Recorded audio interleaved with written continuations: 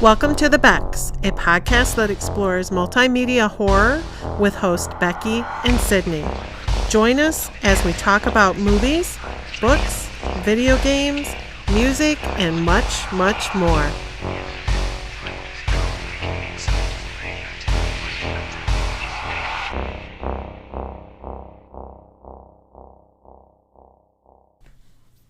Thank you so much for joining us. My name is Sydney Rebecca. And I'm Rebecca Snow. And we're the Becks. Today we're talking about Erebus. So a few weeks ago we mentioned that we were given the opportunity to go behind the scenes in Michigan's most famous haunted house. Yep. And we did that. It's 4 stories. It's huge. It's enormous. Yeah, it's in Pontiac, Michigan.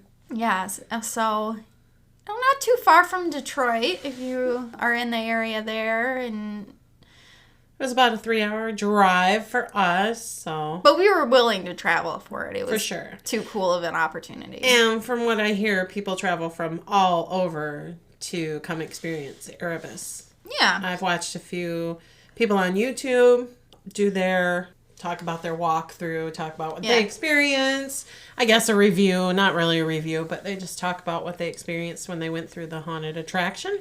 Yeah. So, yeah. Mm-hmm. So, Erebus was founded in 2000 by Ed and Jim Erebus. They quickly gained national recognition as being one of the top haunts and has been in the Guinness Book of World Records for the world's longest walkthrough in August of 2005. And they actually held this until 2009. So it was the biggest attraction for a really long time. I think they recently got beaten out by a place in Texas. I'm not really sure, but I know they're expanding. He did talk about that they are hoping to expand one of the other floors. Yes. And possibly even use the roof at some point. Yeah, but they have to build up the roof for code reasons.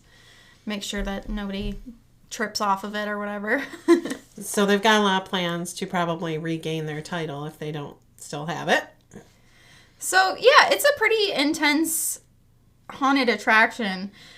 I actually have plans this fall to go and experience it myself, because before we went to the Curiosities Festival where we met Dan, I had never heard of it, but I also really never sought out haunted houses. Like, if they were in the area, I was like, okay, we'll go, because there was a really big one in Alpena for a time, and I remember me and my family traveled to see that one. I took a friend one year, and then they couldn't get their permits renewed because of the fire chief.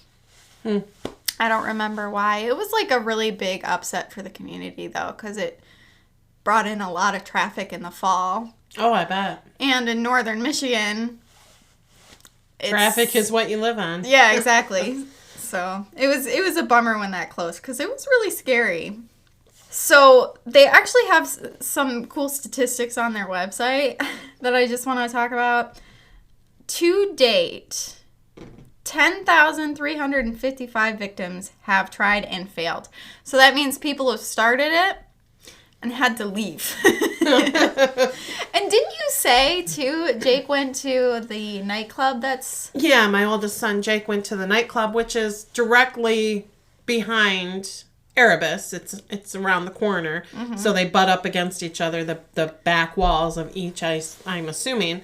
And when I asked him if he wanted to go down with us to do the behind-the-scene tour, he was like, I am not doing Erebus. He said, Mom, we could hear people screaming over the music in the club. So, obviously, it's a terrifying experience. Yeah. I hear they have some amazing animatronics, which they make right there. We learned they make right there at their facility. So while they're only open for like the fall Halloween season, so this year they're opening on September 13th, and I think they end right around Halloween.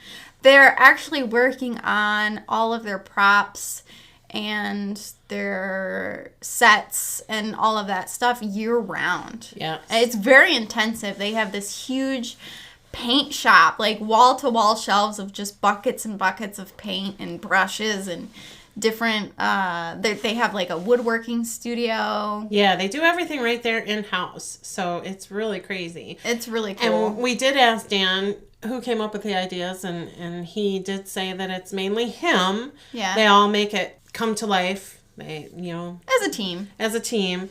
But they spend a lot of time coming up with new ideas year round, so they can add new things each year. And he was really secretive. They were going to add some things this year. So those of you that have been, you're probably going to want to go back. Yeah. It has staying power. I love that about haunted houses that change year after year, because you don't want to remember something necessarily from last time, because then it's not as scary. Yeah. Kind of takes you out of the immersion a little bit. Yeah.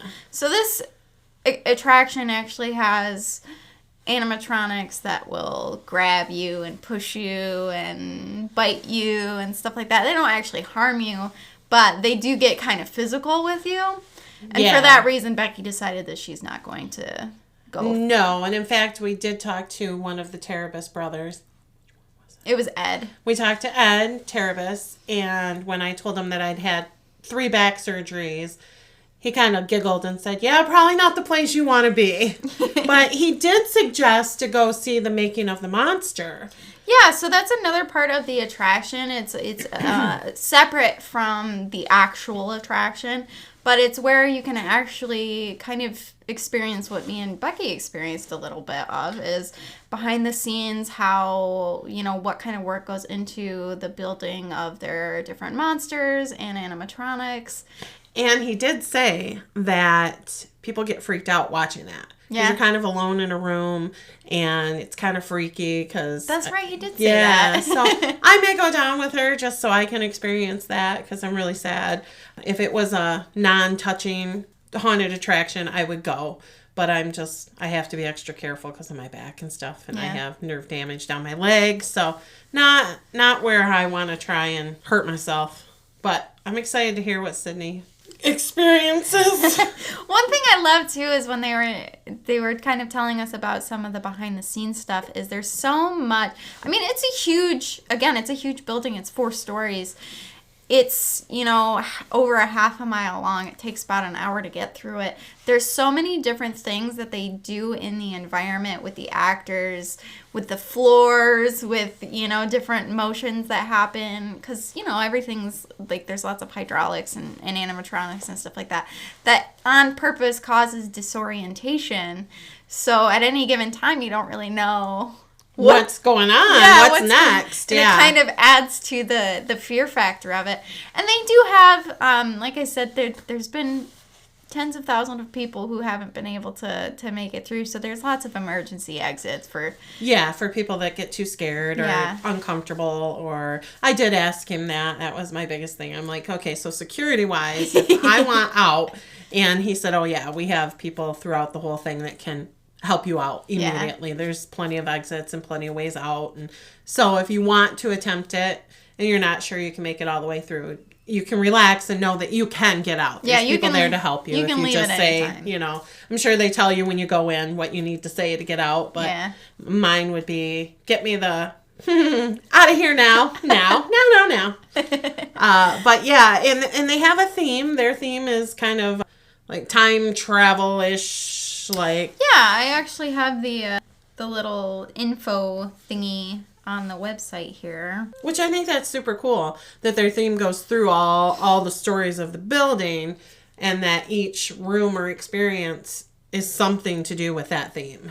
Yeah, so it's the Erebus time machine. Dr. Kolber, a mad scientist obsessed with time travel, actually figured out how to make it work.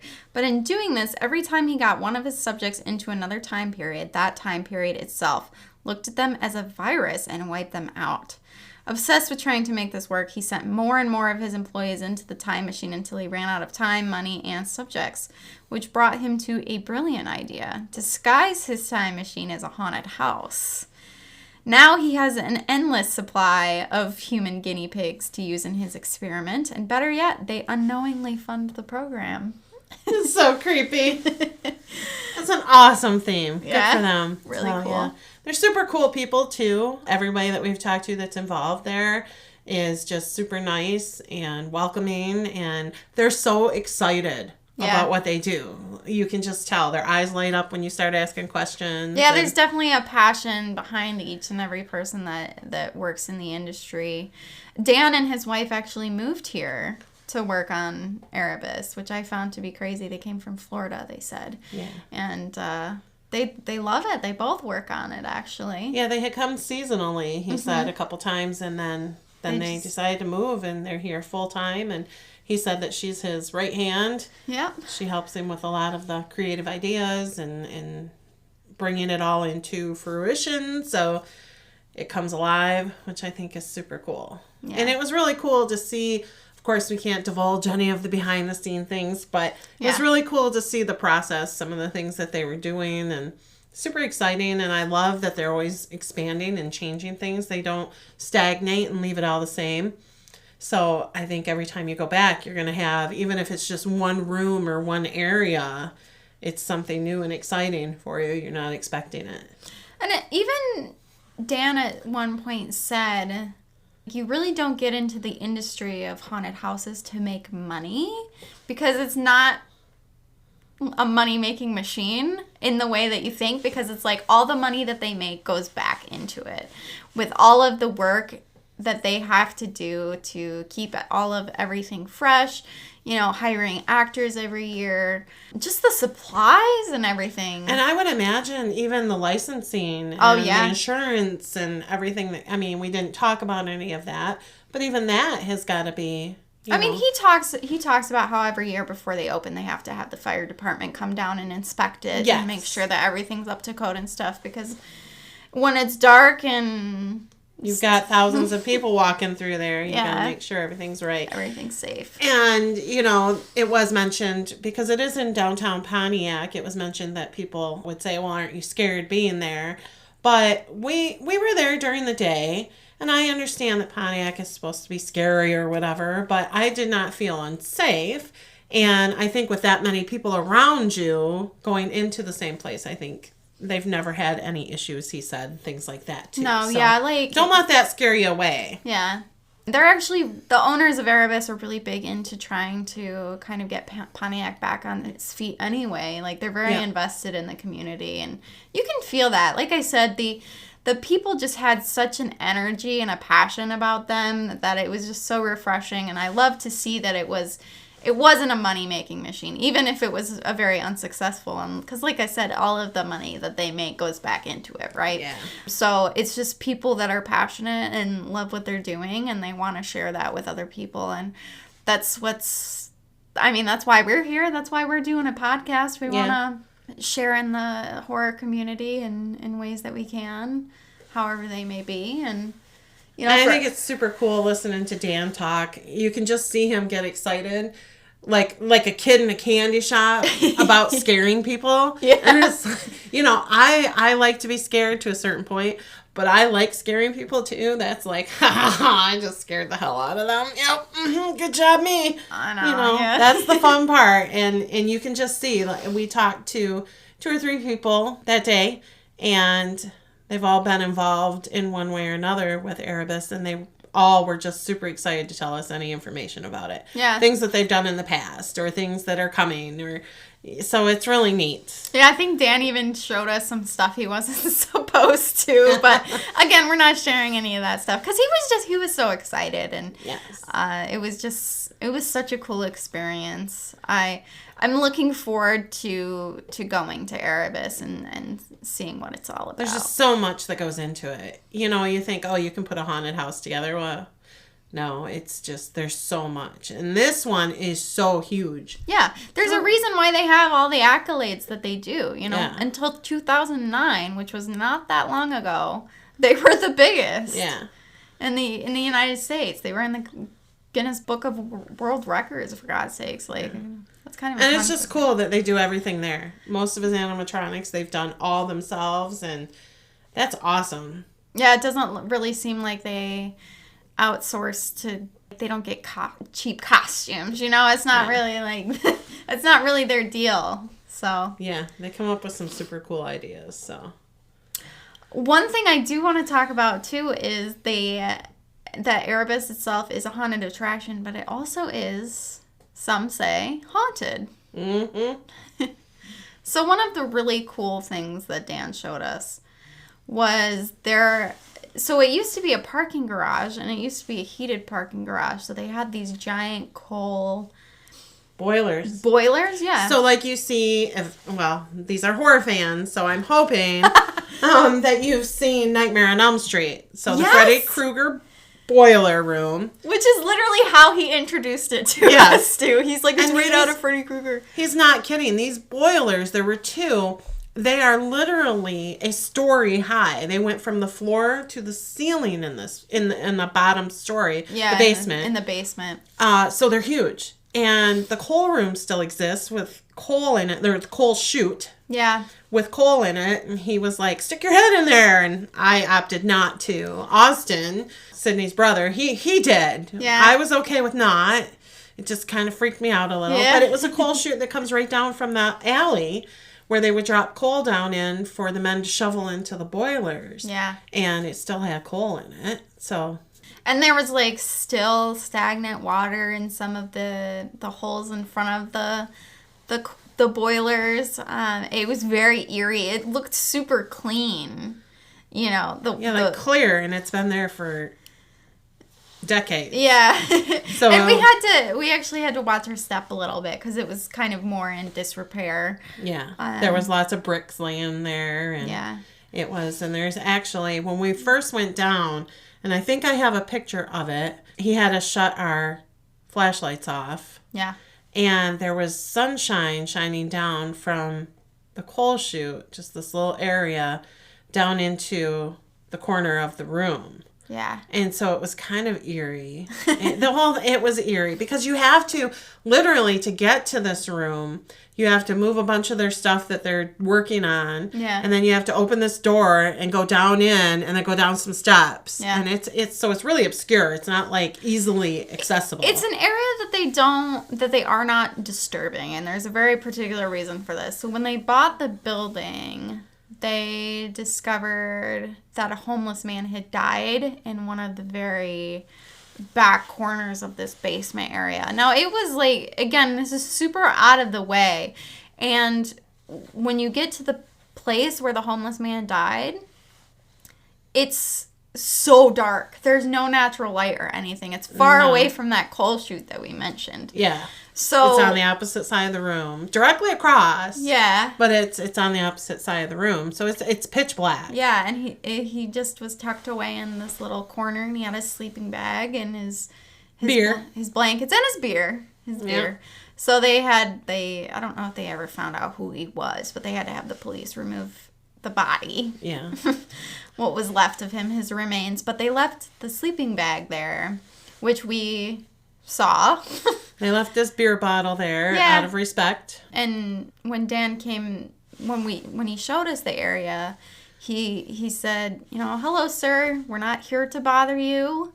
We're just gonna take a look around and we'll leave you be in a few minutes. It was. And it's cold in there. It was very cold. Yeah. And it was a hot day. It was so hot. It was very hot that day. And it was cold down there. And yeah, you just kind of it was sad in a way that he was alone down there. Yeah. But Dan said they're all very respectful of that room. They try to avoid it as much as possible because they feel that his spirit is still there. Yeah. Which kind of adds to the ambiance of the entire haunted house. Yeah, the entire thing. Yeah.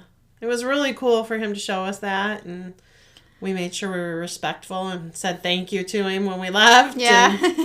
That's not something I would normally do personally, but I was like, it was somber. I would say. It was just this area where this man, he really went out of his way to come down there, and I can't help but think that he went down there to die, and that's It's just sad. You know, a Michigan winter, he was more than likely just trying to stay warm and thought he'd be okay there. Yeah. And no one would see him and he wouldn't get in trouble for trespassing. Yeah, that too. But it was probably the coldest area of the entire building. Yeah. Because he was on the bottom floor in the basement, and Michigan basements are cold. Mm-hmm. So. All year round. Yeah. Especially in the winter. But it definitely does add a little. Well, what was interesting about the whole situation, too, was that we were recording. Oh, yeah. Yeah, we were recording the whole time. Austin, Sydney's brother, was our cameraman. Yeah, which it was awesome of him to do. Yes, thank you very much. Yes, it was very good of him to go with us. Yeah, and once we moved away from the coal chute area and went to film where the homeless man had died and everything like that, it just stopped recording and it picked up after we left the area. Yeah, as we were walking out the door, Austin said, it just quit recording. Yeah. At some point. Yeah, and it was super strange. On. And it was literally just that period of time when we were in that area, his area. His area. So I almost feel like maybe he didn't want to be recorded. Yeah. Which is, you know what? That's fine. Yeah. That's fine, sir. Thank you, sir. Apologies. We weren't trying to be disrespectful. No, not at all. But it was neat to see that, and it did feel different down there for sure. Yeah. And maybe it was the story behind it, or maybe it was the... And Dan did mention, too, when he was talking to us, because I asked him, I was like, okay, so you think it's haunted? Like, what goes on? And he's like, well, you know, people are there alone a lot during the off season, and they're, you know, when they're making props or painting or, you know, whatever. And he's like, things go missing, you hear noises, all the kind of standard haunt stuff. So something kind of is poetic, I guess, about the fact that the foundation of this haunted attraction is that homeless man. Yeah. You know? And he was alone, but now the building is always busy with people, you know? Yeah. And, like, I just hope wherever he is, he doesn't feel lonely anymore. Yeah, for sure. Yeah.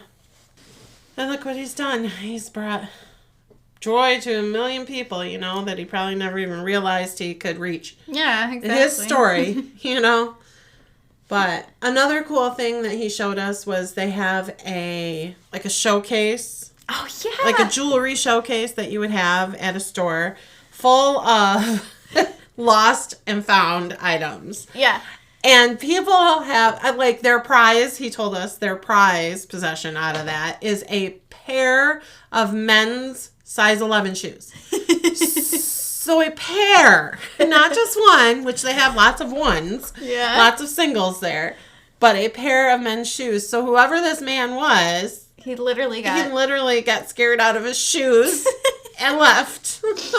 And didn't come back for him. He was like, I'm out. Fuck those shoes. I don't give a shit about those shoes. They're dead to me. They have driver's licenses. They have keys. Credit cards. And these people don't come back. Yeah, that's like, are they that scared to even just walk into the lobby to get their stuff back? Yeah, that's what blows my mind is that, like, you lost a shoe and you're not going to go back for it? Like... I don't know, man. Yeah, no, I'm out. And a driver's license, you have to pay to get those replaced, man. Like, and they have multiple. It's crazy. It was really cool. It was really cool. Like, yeah, that was neat. He was laughing while he was telling us, and we were laughing while we were listening, because, he just ran out of his shoes, man. So much that people have just left behind. Yeah. That they're actually building a bigger one, he said. They're going to have another one because of it. No, because it's too funny. I mean, literally, these people could have come back for this stuff. Yeah, you just go to the lobby and be like, hey, because it's in the lobby. It's when you first enter. Yep. You're not in the attraction yet. I mean, there are some things, but that's where they have the scoreboard telling you how many people have not made it through. Yeah, so they have, not only do they have people who don't make it through, but they also keep a tally of, like, people who have, like, thrown up or passed out or, you know. Or cried. Yeah, that was one of them, too. which I thought was funny. And it, weirdly, stuff like that just makes me want to go through it more. Yeah. Because I'm just like, come on. You cried?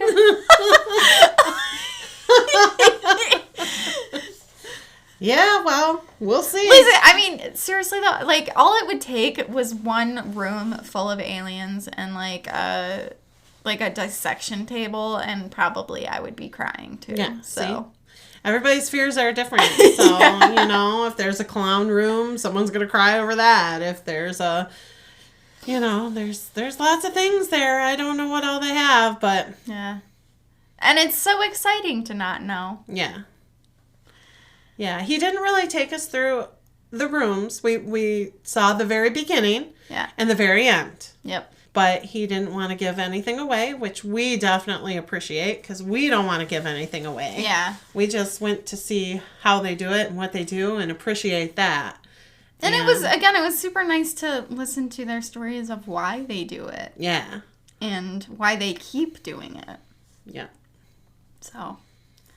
Yeah, we met some cool people, saw some cool things. Excited to send Sydney through to see more, and then I'll just go watch the movie and be all safe and sound. Yeah. So there will probably be a follow.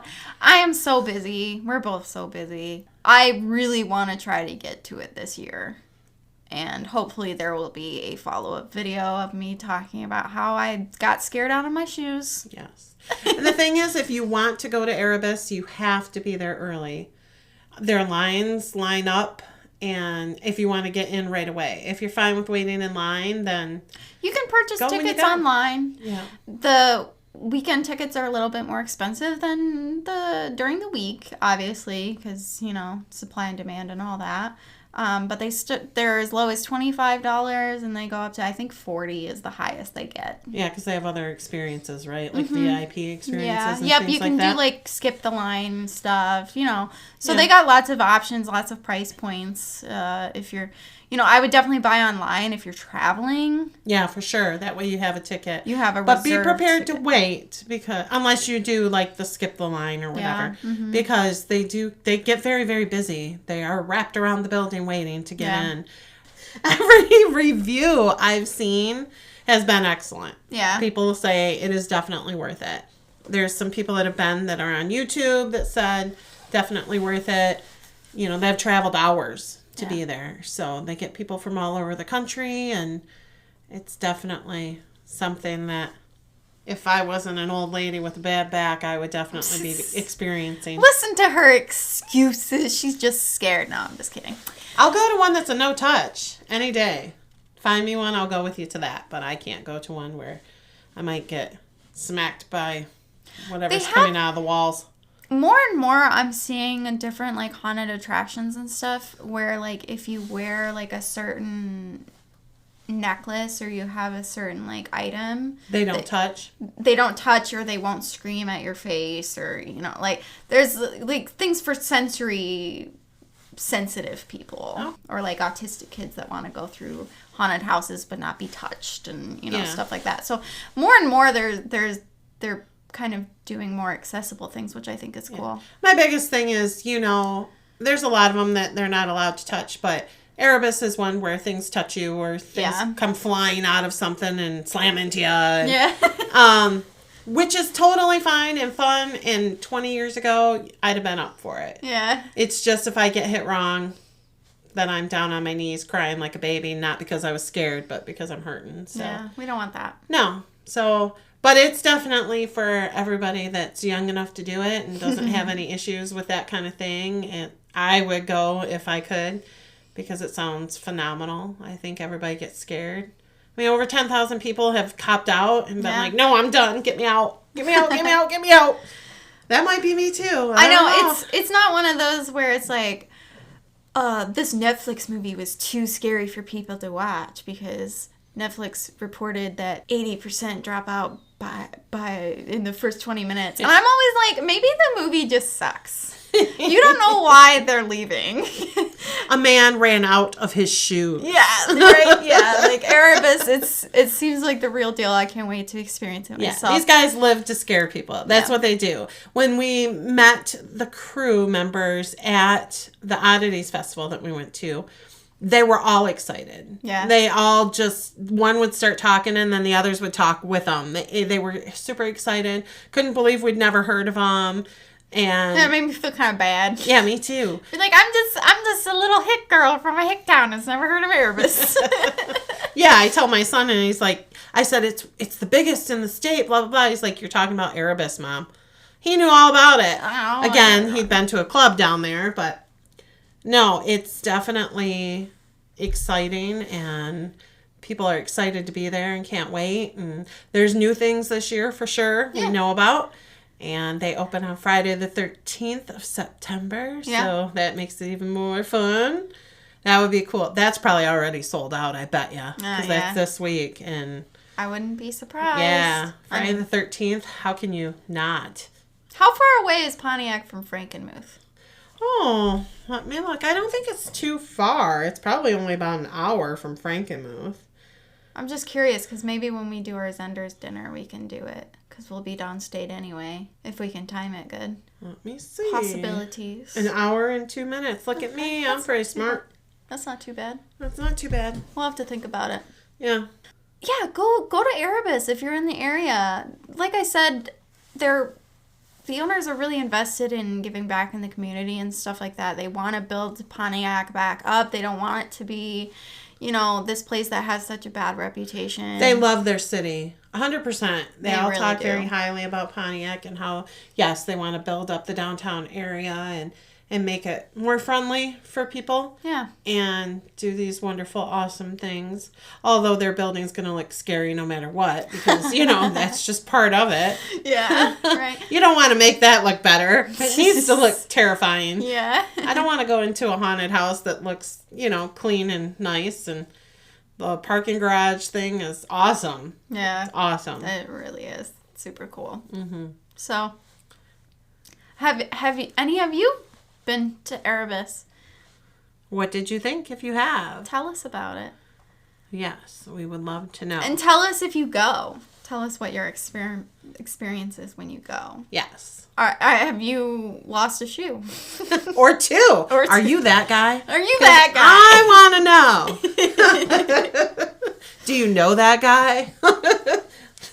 Tell him we know where his shoes are. Yes.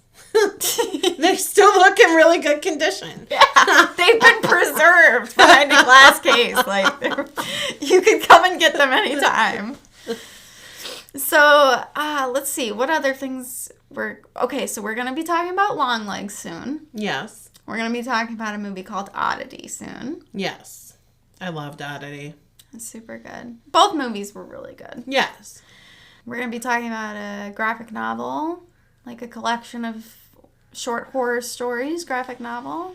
I'm hoping to head over to a not local, but a restaurant about an hour from here or so that was a hideout for the mob and is supposed to be haunted. They're having a big event there in a few weeks, but we're not doing that. I don't think it's a little too rich for my blood right now. I'm a poor girl. Yeah, we're a little too broke for that. Yeah. But they're having a psychic medium come in and they're going to do a seance and all sorts of good stuff. But this place actually has hidden rooms and has been known to be haunted.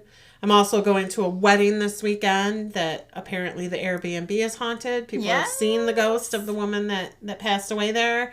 So that might be interesting. Maybe Devin and Leona should make sure that they maybe extend at least an informal invitation to the ghost so they don't piss her off. Maybe. I told them to be nice. Leona just said, ghosts aren't real. Ghosts aren't real.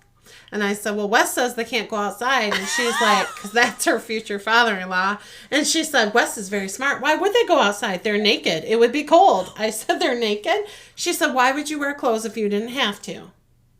Nobody can see you. So why would you wear clothes? Okay, that's very valid, So it's too cold to go outside. So, yep, she's not outside. We'll see.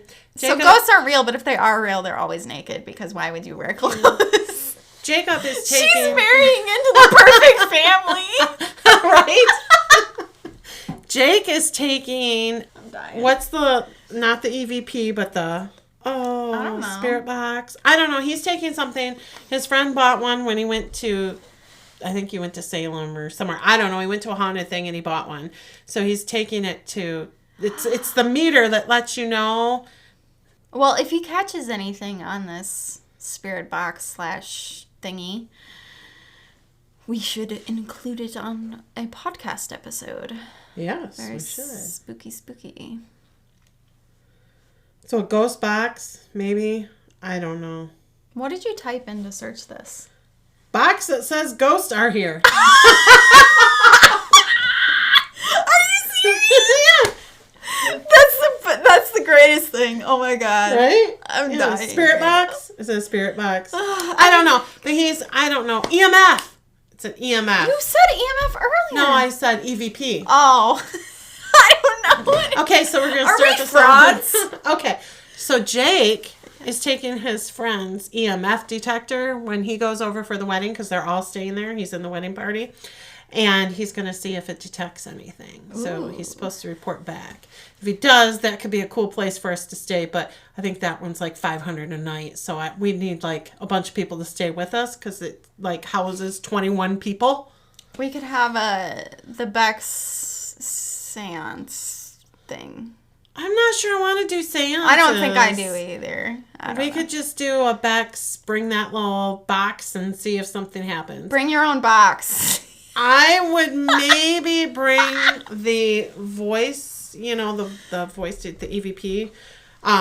That may be wrong too. Again, I'm not a ghost hunter. But I did read that most of those, like 9 out of 10, are threatening. And I don't know I want to get a threatening message from someone on the other side. I tell you what. If something threatened me through a little box, I'd be like, don't you? No, you wouldn't. Because that's what happens. You get cocky and you're like, bring it on. And then it brings it on. And then you're like, oopsie. I'd be like, all right, bitch, manifest right now so I can punch you in your dumb face. But that's not what they do. They sneak up on you. Well, then they're pussies. Jake was showing me that game last night, too. What is that? I don't know. Phantasmophobia? Yeah, whatever it is. Phantasmophobia? Yeah, that thing. And he wants to put it on my VR. And grown men screaming that is like what we little need to girls. put on our TikTok.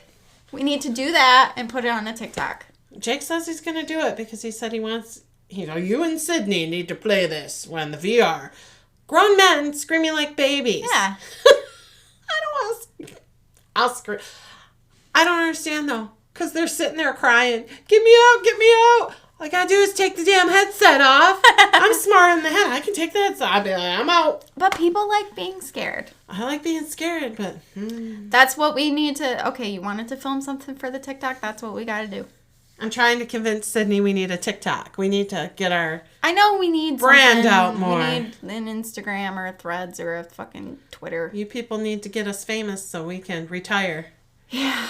Although I'll be jealous that she's retiring 25 years sooner than me. But that would be fine because that means I get to retire too. Come on, people. The Becks. The next big thing. We would love that. We would. Okay. Yes. So that's what we got going on. It's a short episode this week, but we're excited about Erebus. Yeah, we wanted to get this episode out right around when they are premiering for the season. Yes. So we can try to bring, a little spotlight on it. We don't have a big spotlight, but, it's something. But we appreciate them helping us out. Yes. Too. We told them we renew, nice. And they invited us anyways. Yeah. Knowing that we weren't a huge presence. Yeah, they didn't. I mean, they've been on the Discovery Channel. And the Travel Channel. Yes. And all over. If you go to their website, it tells you all about them. And they've been featured on so many different shows. So they are definitely worth it. It is definitely something. If you like to be scared, it's worth the drive. It's worth the time. Go do it. Yeah. Tell them that we sent you. Won't get you anything, but tell them that the Becks sent you. They'll be happy if they remember. Lots going on. They've been busy. Yeah, they'll be like, the Becks sent us. The Becks sent you. The Becks. Yeah. Who are those people? We'll never get famous, and we'll just be the little urban legend, like that one or two people like mentioned. They'll be like, I don't know, the Becks, I guess. I don't know. Maybe that's the homeless man's handle. Like, that's us. Today the pod, tomorrow the world. My name is Sydney Rebecca. And I'm Rebecca Snow. And we're the Becks.